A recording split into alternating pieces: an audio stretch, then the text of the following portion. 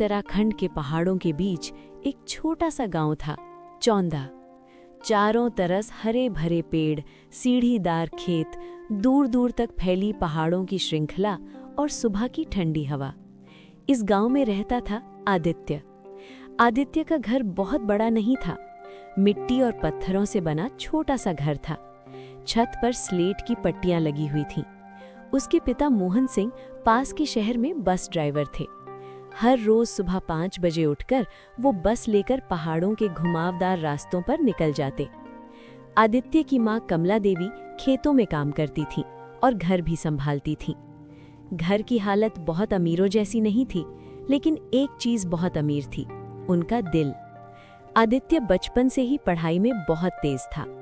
गांव के सरकारी स्कूल में पढ़ता था। उसके पास महंगे कपड़े नहीं थे, न ही महंगी किताबें, लेकिन उसके पास था एक बड़ा सपना। वो हमेशा कहता था, एक दिन मैं बड़ा आदमी बनूंगा ताकि माँ पिताजी को मेहनत ना करनी पड़े। उसकी माँ मुस्कुराकर कहती, बेटा, बड़ा आदमी बनने के लिए दिल बड़ा होना चाहिए। समय धीरे धीरे गुजरता गया। आदित्य ने 12वीं की परीक्षा दी। पूरा गांव जानता था कि वो बहुत होशियार है, लेकिन फिर भी रिजल्ट वाले दिन सबकी सांसें अटकी हुई थीं। उस दिन स्कूल के बाहर भीड़ लगी हुई थी। आदित्य का दिल तेज धड़क रहा था। जब उसने रिजल्ट देखा, उसकी आंखें भर आईं। पूरे जिले में पहला स्थान। प्रधानाचार्य ने उसे गले लगा लिया, बेटा, तुम्हारा भविष्य बहुत उज्जवल है। कुछ दिनों बाद स्कूल में एक पत्र आया, दिल्ली के एक बड़े कॉलेज की तरफ से। उसमें लिखा था, आदित्य को स्कॉलरशिप मिली है, पूरा खर्च कॉलेज उठाएगा।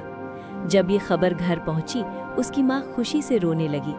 मोहन सिंह ने बेटे के सिर पर हाथ रखकर कहा, बेटा, आज मुझे लगता है मेरी जिंदगी सफल हो गई। लेकिन आदित्य जानता था, दिल्ली जाना आसान नहीं होगा। जिस दिन आदित्य दिल्ली जाने वाला था, पूरा गांव उसे छोड़ने आया। उसकी माँ बार बार उसे गले लगा रही थी, बेटा, अपना ध्यान रखना, समय पर खाना खाना। मोहन सिंह ने उसकी जेब में 500 रुपए रखे। बस इतना ही है बेटा, लेकिन मेहनत करना। आदित्य की आंखों में आंसू थे। वो बोला, पिताजी, एक दिन मैं आपको गर्व महसूस करवाऊंगा। बस चल पड़ी और पहाड़ धीरे धीरे पीछे छूटने लगे। दिल्ली, बड़ी सड़कें, ऊंची ऊंची इमारतें, चारों तरफ भीड़। आदित्य ने पहले कभी ऐसा शहर नहीं देखा था। कॉलेज बहुत बड़ा था, भव्य इमारत, बड़ा कैंपस, महंगी कारों की कतार। वो थोड़ा घबरा गया। उसने अपने साधारण कपड़ों की तरफ देखा और धीरे से अंदर चला गया। क्लास शुरू होने वाली थी। आदित्य पीछे की सीट पर जाकर बैठ गया। तभी क्लास में एक लड़की आई। महंगे कपड़े, आत्मविश्वास से भरी चाल, सभी लोग उसे देखते रह गए। उसका नाम था रिया मल्होत्रा, दिल्ली के बड़े उद्योगपति विक्रम मल्होत्रा की बेटी। रिया को बचपन से ही अमीरी की आदत थी और गरीब लोगों से उसे नफरत थी। एक दिन क्लास में प्रोफेसर ने ग्रुप प्रोजेक्ट दिया। संयोग से आदित्य और रिया एक ही ग्रुप में आ गए। रिया ने आदित्य को ऊपर से नीचे तक देखा, फिर हंसते हुए बोली, तुम हमारे ग्रुप में? क्लास के कुछ लड़के हंसने लगे। रिया ने कहा, पहले अपने कपड़े तो देखो, ये कोई कॉलेज है या गांव का स्कूल? आदित्य चुप रहा, उसने कुछ नहीं कहा। एक दिन कॉलेज की कैंटीन में दोपहर का समय था। चारों तरफ छात्रों की चहल पहल थी। कोई हंसते बोलते हुए खाना खा रहा था, तो कोई अपने दोस्तों के साथ मजाक कर रहा था। लेकिन उसी भीड़ के बीच एक कोने की मेज पर आदित्य अकेला बैठा था। उसकी प्लेट में साधारण सा खाना था, 2 रोटियां और थोड़ी सी सब्जी। वो धीरे धीरे खाना खा रहा था, जैसे हर निवाला उसके गले से मुश्किल से उतर रहा हो। आदित्य हमेशा की तरह शांत था। वो जानता था कि इस बड़े और अमीर कॉलेज में वो बाकी छात्रों जैसा नहीं है। वो यहाँ अपनी मेहनत और स्कॉलरशिप की वजह से पढ़ रहा था। उसी समय कैंटीन के दरवाजे से रिया अपने दोस्तों के साथ अंदर आई। रिया कॉलेज की सबसे अमीर और घमंडी लड़की मानी जाती थी। उसके साथ उसकी 2-3 सहेलियां भी थीं। रिया की नज़र अचानक आदित्य पर पड़ी। वो कुछ पल के लिए रुक गई, फिर हल्की सी मुस्कान के साथ अपने दोस्तों से बोली, अरे देखो तो जरा। सबकी नजरें आदित्य की तरफ चली गई। रिया ने हल्के व्यंग्य भरे अंदाज में कहा, देखो, स्कॉलरशिप वाले लोग भी यहाँ कैंटीन में खाने आते हैं। उसकी बात सुनकर उसके दोस्त जोर जोर से हंसने लगे। एक लड़के ने मजाक उड़ाते हुए कहा, आज शायद स्कॉलरशिप का पैसा मिल गया होगा, इसीलिए पार्टी चल रही है। दूसरी लड़की बोली, अरे नहीं, शायद किसी ने दया करके खाना दे दिया होगा। चारों तरफ हंसी गूंजने लगी। उनकी हंसी आदित्य के कानों में तीर की तरह चुभ रही थी। आदित्य का हाथ कुछ पल के लिए रुक गया। उसकी उंगलियां कांपने लगी। दिल के अंदर जैसे कुछ टूट रहा था। उसे लगा जैसे पूरी कैंटीन उसे ही देख रही हो, जैसे सब लोग उसकी गरीबी पर हंस रहे हों। लेकिन फिर भी उसने सिर उठाकर किसी की तरफ नहीं देखा। उसने बस चुपचाप अपना सिर झुका लिया। उसकी आंखों में हल्की नमी आ गई थी। पर उसने एक दिन क्लास में रिया ने सबके सामने कहा, पता नहीं कॉलेज वाले भी किस किस को एडमिशन दे देते हैं। पूरी क्लास हंस पड़ी। आदित्य की आंखें भर आईं, लेकिन फिर भी उसने कुछ नहीं कहा, क्योंकि उसे माँ की बात याद थी। बेटा, बड़ा इंसान वही होता है जो अपमान सहकर भी सही रास्ता चुनता है। एक शाम आदित्य लाइब्रेरी से लौट रहा था। अचानक सड़क पर भीड़ लगी हुई थी। एक कार बुरी तरह एक्सीडेंट हो गई थी। लोग खड़े थे, लेकिन कोई मदद नहीं कर रहा था। आदित्य तुरंत दौड़ा। कार के अंदर एक आदमी बेहोश पड़ा था। उसके सिर से खून बह रहा था। आदित्य ने तुरंत दरवाज़ा खोला और उसे बाहर निकाला। पास खड़े लोगों से बोला, कोई एम्बुलेंस बुलाओ, लेकिन किसी ने ध्यान नहीं दिया। आदित्य ने खुद ही ऑटो रोका और उस आदमी को लेकर अस्पताल भागा। डॉक्टरों ने तुरंत इलाज शुरू किया। काफ़ी देर बाद डॉक्टर बाहर आए। अगर थोड़ी देर और हो जाती तो इन्हें बचाना मुश्किल था। आदित्य ने राहत की सांस ली। वो 2 दिन तक अस्पताल में रहा, उसकी सेवा करता रहा, उससे बात करता रहा, लेकिन उसे ये नहीं पता था कि वो आदमी कौन है। 2 दिन बाद आदित्य को याद आया कि उसे कॉलेज जाना है। वो जल्दी जल्दी अस्पताल से निकल गया, लेकिन जल्दबाजी में उसका पर्स वहीं गिर गया। कुछ देर बाद उस आदमी को होश आया। डॉक्टर ने कहा, जिस आदमी ने आपकी जान बचाई उसका पर्स गिर गया है। आदमी ने पर्स खोला।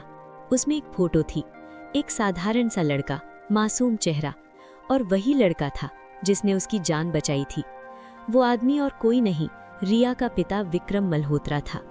विक्रम मल्होत्रा ने धीरे से पूछा, ये लड़का कौन है?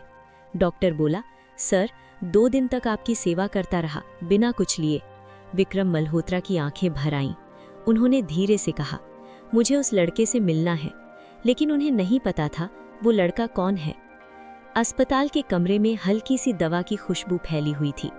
खिड़की से आती सुबह की रोशनी धीरे धीरे कमरे में फैल रही थी। बिस्तर पर लेटे हुए थे विक्रम मल्होत्रा, दिल्ली के बड़े उद्योगपति। लेकिन इस समय उनकी आंखों में अमीरी का अहंकार नहीं था, सिर्फ एक सवाल था, वो लड़का कौन था जिसने मेरी जान बचाई थी? डॉक्टर ने उन्हें आदित्य का पर्स दिया। विक्रम मल्होत्रा ने धीरे से पर्स खोला। उसमें कुछ ही चीजें थीं, एक पुरानी सी फोटो, कुछ नोट, कॉलेज का आईडी कार्ड। उन्होंने फोटो उठाई। फोटो में एक साधारण सा लड़का मुस्कुरा रहा था, चेहरे पर मासूमियत थी। विक्रम मल्होत्रा की आंखें नम हो गईं। उन्होंने धीरे से कहा, इतना बड़ा एहसान और उसने अपना नाम तक नहीं बताया। पर्स का सच। उन्होंने आईडी कार्ड उठाया। उस पर लिखा था आदित्य मोहन सिंह, बीकॉम, प्रथम वर्ष। कॉलेज का नाम पढ़ते ही वो चौंक गए, क्योंकि वही कॉलेज उनकी बेटी रिया मल्होत्रा का भी था। उन्होंने तुरंत अपने मैनेजर को फोन किया, इस लड़के के बारे में पता करो, तुरंत। कॉलेज हमेशा की तरह चहल पहल से भरा हुआ था। स्टूडेंट्स हंस रहे थे, बातें कर रहे थे, लेकिन आदित्य आज चुप था। वो रात भर सो नहीं पाया था, क्योंकि उसे अस्पताल वाले आदमी की चिंता थी। वो सोच रहा था, पता नहीं वो आदमी अब ठीक होगा या नहीं।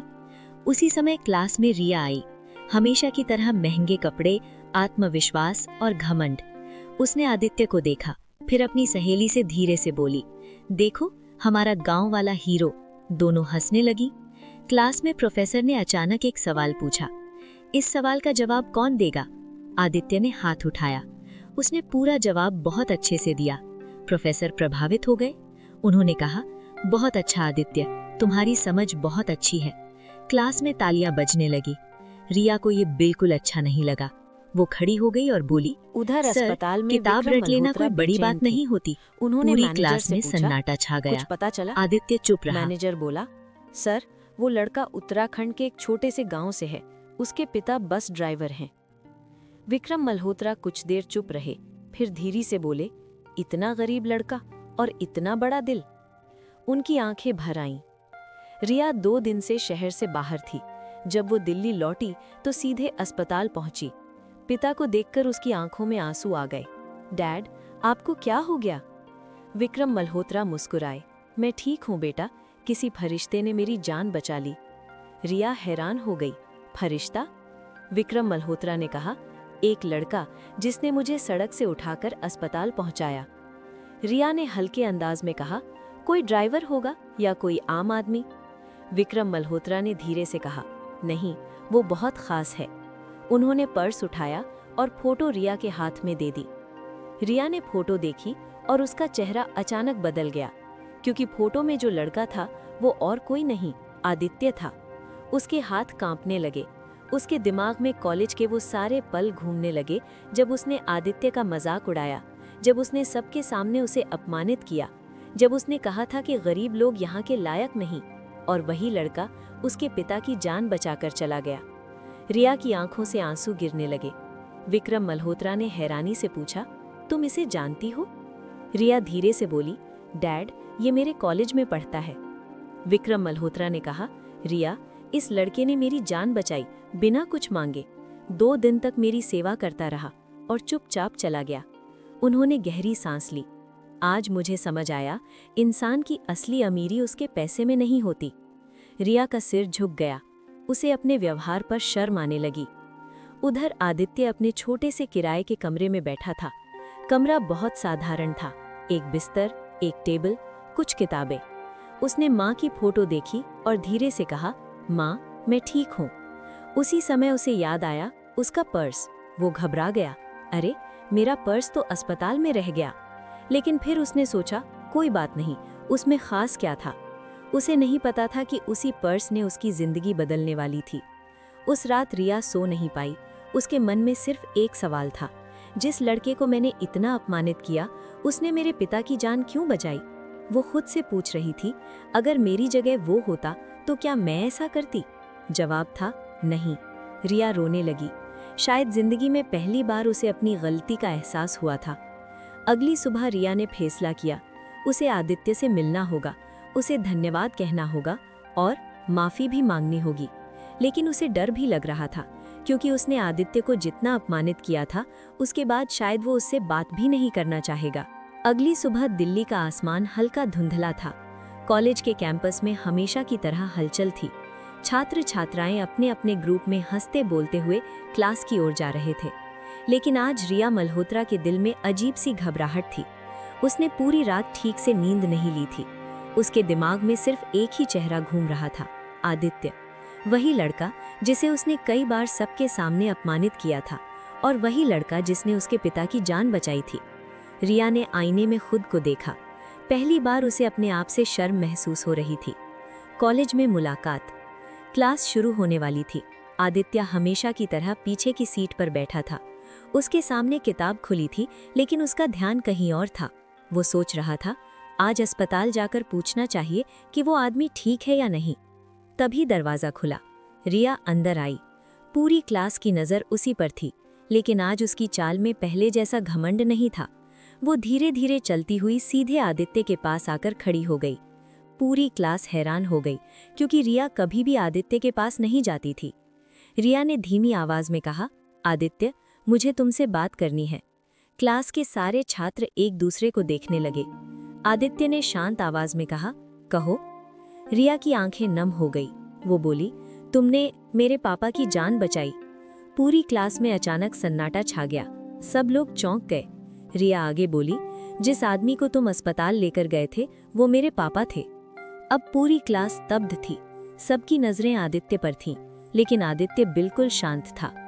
रिया की आवाज कांप रही थी, मैंने तुम्हारा बहुत अपमान किया, तुम्हें गरीब कहकर हंसी उड़ाई।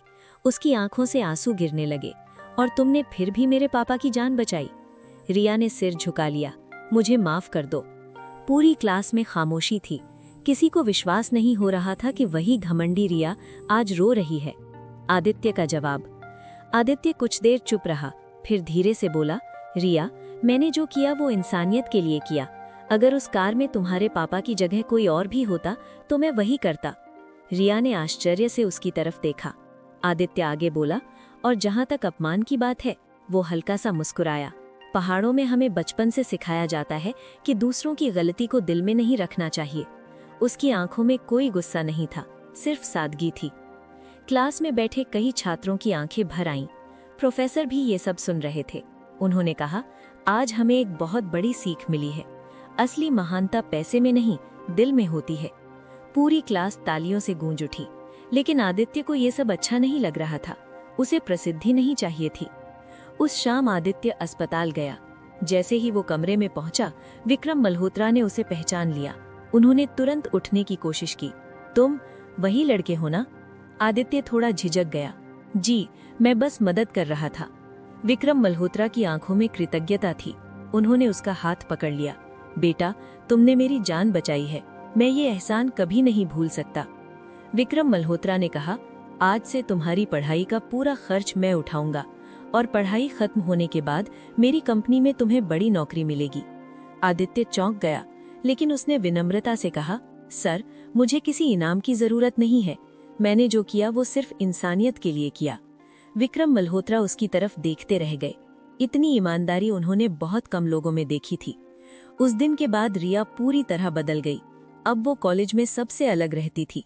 वो पहले जैसी घमंडी लड़की नहीं रही, वो सरल और समझदार बन चुकी। क्लास खत्म होने के बाद रिया ने कॉलेज ऑफिस से आदित्य का पता लिया।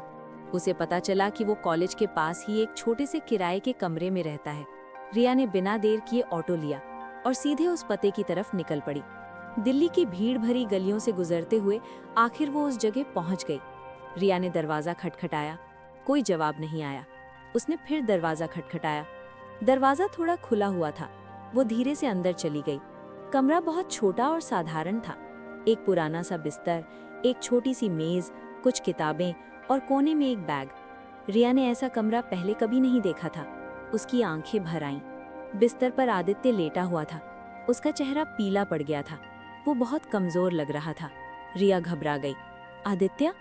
आदित्य ने धीरे धीरे आंखें खोली। उसने रिया को देखा। तुम यहाँ? रिया ने उसके माथे पर हाथ रखा। उसका शरीर तप रहा था। तुम्हें बहुत तेज बुखार है, आदित्य ने कमजोर आवाज में कहा। कुछ नहीं, बस थोड़ा बुखार है। रिया ने कमरे में चारों तरफ देखा। कहीं दवाई नहीं थी, कहीं खाना भी नहीं था। रिया समझ गई, आदित्य के पास इलाज के लिए पैसे नहीं थे। उसकी आंखों में आंसू आ गए। वो बोली, तुमने मुझे बताया क्यों नहीं? आदित्य मुस्कुराने की कोशिश करते हुए बोला, तुम्हें परेशान नहीं करना चाहता था। रिया ने तुरंत फैसला किया, अब एक शब्द भी मत बोलो, हम अस्पताल जा रहे हैं। आदित्य ने मना किया, नहीं, पैसे बहुत लगेंगे। रिया ने सख्त आवाज में कहा, चुपचाप चलो।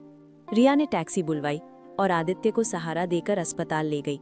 डॉक्टर ने जांच की। उन्होंने कहा, इसे कई दिनों से ठीक से खाना नहीं मिला है और तेज बुखार भी है। रिया को ये सुनकर बहुत दुख हुआ। उसने तुरंत इलाज शुरू करवाया, दवाई खरीदी, खाना मंगवाया और खुद उसके पास बैठी रही। उस रात रिया अस्पताल में ही रही। आदित्य सो रहा था। रिया उसके पास बैठकर उसे देख रही थी। उसके मन में एक ही सवाल था, इतना अच्छा इंसान इतना संघर्ष क्यों झेल रहा है? उसकी आंखों से आंसू बहने लगे। अगले दिन आदित्य की हालत थोड़ी बेहतर हुई। उसने आंखें खोली। रिया अभी भी उसके पास बैठी थी। आदित्य ने कहा, तुमने सारी रात यहीं बिताई? रिया मुस्कुरा दी, दोस्त के लिए इतना तो कर सकती हूँ। धीरे धीरे बढ़ती नजदीकी। कुछ दिनों में आदित्य ठीक होने लगा। रिया रोज अस्पताल आती, कभी खाना लाती, कभी दवा देती, कभी उसे पढ़ाई समझाती। उन दोनों के बीच अब पहले जैसा अजनबीपन नहीं रहा था। अब वहाँ एक सच्ची दोस्ती थी। एक शाम अस्पताल की खिड़की से सूरज ढल रहा था। कमरे में हल्की नारंगी रोशनी फैल गई थी। रिया ने धीरे से कहा, आदित्य, क्या मैं कुछ पूछ सकती हूँ? पूछो। तुम इतने अच्छे क्यों हो? आदित्य हल्का सा हंस पड़ा। अच्छा होना कोई खास बात नहीं, बस सही होना चाहिए।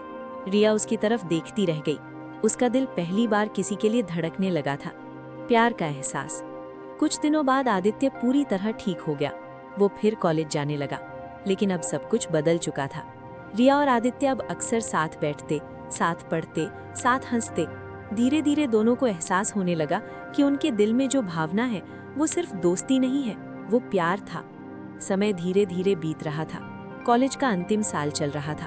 अब रिया और आदित्य का रिश्ता सिर्फ दोस्ती नहीं रहा था। दोनों एक दूसरे का सम्मान करते थे, एक दूसरे की परवाह करते थे। रिया पहले जैसी घमंडी लड़की नहीं रही थी।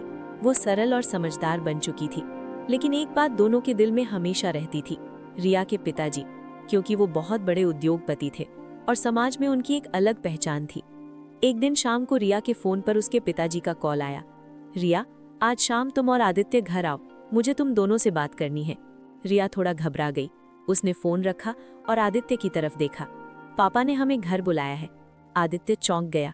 मुझे? रिया ने हल्की मुस्कान के साथ कहा। हाँ, शायद उन्हें सब पता चल गया है। आदित्य का दिल तेज धड़कने लगा। शाम को दोनों मल्होत्रा हाउस पहुंचे। बहुत बड़ा बंगला, चारों तरफ हरियाली, बड़ी बड़ी गाड़ियां। आदित्य थोड़ा झिझक रहा था। रिया ने उसका हाथ पकड़कर कहा, घबराओ मत, सब ठीक होगा। दोनों अंदर गए। ड्राइंग रूम में विक्रम मल्होत्रा बैठे थे। उनके चेहरे पर गंभीरता थी, लेकिन आंखों में स्नेह भी था। विक्रम मल्होत्रा ने दोनों को बैठने को कहा। कुछ देर कमरे में खामोशी रही। फिर उन्होंने आदित्य की तरफ देखते हुए कहा, आदित्य, मैं तुम्हें बहुत दिनों से देख रहा हूँ। तुमने मेरी जान बचाई, मेरे परिवार का सम्मान रखा और मेरी बेटी का दिल भी जीत लिया। आदित्य चुपचाप सुन रहा था। उसका सिर झुका हुआ था। विक्रम मल्होत्रा ने गहरी सांस ली, फिर धीरे से बोले, रिया ने मुझे सब बता दिया है। वो तुमसे प्यार करती है। रिया का दिल जोर से धड़कने लगा। आदित्य भी घबरा गया। कुछ सेकंड बाद विक्रम मल्होत्रा मुस्कुराए, और सच कहूं तो मुझे तुमसे बेहतर लड़का अपनी बेटी के लिए नहीं मिल सकता। रिया की आंखों में खुशी के आंसू आ गए। विक्रम मल्होत्रा उठे। उन्होंने आदित्य के कंधे पर हाथ रखा। अगर तुम्हें और तुम्हारे परिवार को कोई आपत्ति न हो तो मैं चाहता हूं कि तुम मेरी बेटी से शादी करो। आदित्य की आंखें नम हो गई। उसने धीरे से कहा, सर, मैं एक साधारण परिवार से हूँ। विक्रम मल्होत्रा मुस्कुराए। बेटा, मुझे अमीरी नहीं चाहिए, मुझे एक अच्छा इंसान चाहिए। कुछ दिनों बाद विक्रम मल्होत्रा खुद आदित्य के गांव गए। मोहन सिंह और कमला देवी उनका स्वागत करते हुए घबरा रहे थे। मोहन सिंह बोले, साहब, हमारा बेटा तो साधारण लड़का है। विक्रम मल्होत्रा ने मुस्कुराकर कहा, नहीं, आपका बेटा बहुत बड़ा इंसान है। उन्होंने कहा, मैं अपनी बेटी का रिश्ता आदित्य से करना चाहता हूँ। ये सुनकर कमला देवी की आंखों से खुशी के आंसू निकल पड़े। कुछ महीनों बाद बहुत ही सादगी और खुशी के साथ शादी हुई। गांव के लोग, दिल्ली के बड़े लोग, दोनों परिवार, सब इस शादी के गवाह बने। आदित्य और रिया की शादी सिर्फ दो लोगों का मिलन नहीं था, दो अलग दुनियाओं का मिलन था। शादी के बाद आदित्य मल्होत्रा परिवार का हिस्सा बन गया, लेकिन उसने कभी अपने माता पिता को नहीं भुलाया। उसने अपने पिताजी मोहन सिंह को दिल्ली बुला लिया। विक्रम मल्होत्रा ने उन्हें सम्मान के साथ अपने घर में जगह दी। अब दोनों परिवार एक साथ रहने लगे। एक दिन विक्रम मल्होत्रा ने आदित्य से कहा, आज से तुम मेरी कंपनी संभालोगे। आदित्य ने मेहनत और ईमानदारी से कंपनी को आगे बढ़ाया, लेकिन उसने हमेशा एक बात याद रखी, इंसान की असली पहचान उसके दिल से होती है, पैसे से नहीं। जो लड़की कभी गरीबों से नफरत करती थी, आज वही गरीबों की मदद करने लगी। और जो लड़का कभी छोटे से कमरे में रहता था, आज वही लाखों लोगों के दिलों में रहता था, क्योंकि उसने साबित कर दिया था, असली अमीरी पैसे में नहीं, इंसानियत में।